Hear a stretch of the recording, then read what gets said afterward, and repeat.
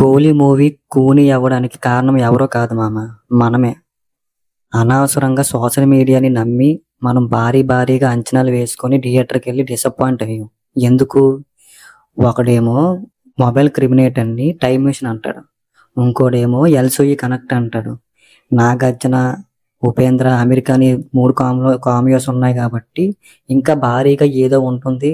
Part 2, part 3 ఉండొచ్చు. లేదా ఎల్‌సూయికి Rolex character ఎందుకో లాస్ట్ 'విక్రమ్' రావచ్చు. అదేనండి 'కమల్ హాసన్' గారు. ఇలాగ ఎవరైనా వచ్చి ఇంకా హైప్ క్రియేట్ చేయొచ్చు. అంటే మూవీ ఇలాగ ఉంటుందనేసి మనలో మనమే అనుకోవడమో, లేకపోతే సోషల్ మీడియా ఎఫెక్టో దీనివల్ల 'కూలీ' కాస్త ఇంకేదో అయ్యింది. ఫస్ట్ మన తప్పని నేను చెప్పను. లోకేష్ కంగరాజు గారికైతే హ్యాట్స్ ఆఫ్ చెప్పాలి. 'నాగార్జున' గారికి విలన్ క్యారెక్టర్‌లో సిమోన్ క్యారెక్టర్ క్రియేట్ చేసి 'నాగార్జున' గారికి హ్యాట్సప్ చేసే విధంగా చేయడం మామూలు విషయం కాదు. అసలు ఏం చెప్పి ఒప్పించాడో నాకైతే అర్థం కావట్లేదు కానీ, ఆ క్యారెక్టర్ కన్నా 'దాయి' కళ్యాణి క్యారెక్టర్ చాలా చేశారు. అంటే ఒక ట్విస్ట్ లాగా ఉంటదన్నమాట. అబ్బా! భలేగుందిరా అన్నట్టు థియేటర్‌లో షాక్ అవుతాం. ఎక్కడ చూసినా ఈ దేంట్లో చూసినా షాక్ అవుతాం. అంటే అంత బాగా అది పోర్ట్రే అయ్యింది. మనకి కనిపించింది స్క్రీన్ మీద. కానీ 'నాగార్జున' క్యారెక్టర్ ఏంటంటే నార్మల్‌గా ఉంది. ఎప్పుడులాగా విలన్ ఉంది. విలనిజం అంతే. కానీ 'దాయాల' క్యారెక్టర్ అంటే కళ్యాణి క్యారెక్టర్ చాలా బాగుంది. దాన్ని ఎప్రిషియేట్ చేయొచ్చు మనం. కానీ ఎందుకో కొంచెం కామెడీగా అనిపించింది. లాస్ట్ వచ్చేసరికి 'అమీర్ ఖాన్' గారైతే కామెడీగా చేసేసారు. 'లెగర్' మూవీలోని 'మైక్ టైసన్' గారు యాక్ట్ చేశారు. కొంచెంలో కొంచెమైనా కొంచెం పర్వాలేదని చెప్పుకోవచ్చు. కానీ 'అమీర్ ఖాన్' అయితే కొంచెం మరీ కామెడీ చేసేసారు. నన్ను చంపితే ఒకడొస్తాడని చెప్పిన 'నాగార్జున'కి కనీసం ఫైట్ అయినా ఉండాలి. లేదా ఇంకేదైనా. పోనీ ఒకప్పుడు 'రజనీకాంత్‌తో' పనిచేశారు ఆ 'కూలీ' అంటే ఫ్లాష్ బ్యాక్‌లోని. కాదు. అతను కూడా 'నాగార్జున' టైప్ విలనే. కాకపోతే అన్నగారు అనేసి వచ్చి వాళ్ళతో కత్తి పెట్టి అన్నగారు అనగానే కొంచెం ఇదేట్రా అన్నట్టు ఉంటది. లాస్ట్‌కి ఏడ్చి బీడీ కట్ట కాల్చుకొని ఎళ్ళిపోతాడు.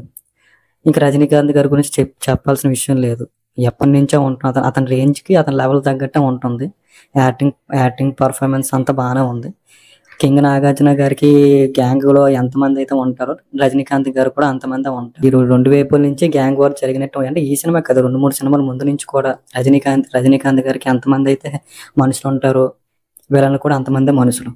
కాకపోతే ఆ విలన్ మనుషులు డబ్బు చూసి వస్తారు. రజనీకాంత్ మీద అభిమానంతోటి, తన మీద నమ్మకంతో వస్తారు డబ్బుతో కాకుండా. ఈ డైలాగ్ 4, 5 సినిమాలు బట్టి ఎప్పుడూ ఉంటుంది. తన రేంజ్ బట్టి తను తీయాలి కాబట్టి ఓకే. దీన్ని మనం ఏంటి కించపరచకూడదు. అది గుడ్ పాయింట్. కాకపోతే ఈ సినిమాలు కూడా అంటే సోలో పవర్ అయితే కాకుండా కొంచెం ఈ టైపే తీస్తున్నారు. అది నా ఒపీనియన్ అంతే. జస్ట్ అంతే. పెద్ద ఇదేం మ్యాటర్ ఏం కాదు.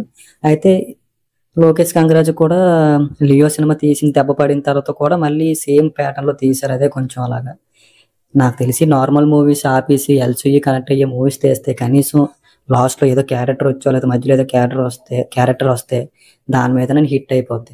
నేనైతే 'ఖైదీ 2' గురించి వెయిట్ చేస్తున్నాను. రోలెక్స్ క్యారెక్టర్ అయితే ఎంతో బాగుంది క్లైమాక్స్‌లో అయితే.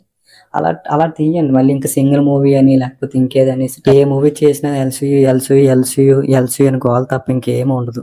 మళ్ళీ లాస్ట్‌కి డిసప్పాయింట్ అవ్వడం తప్ప.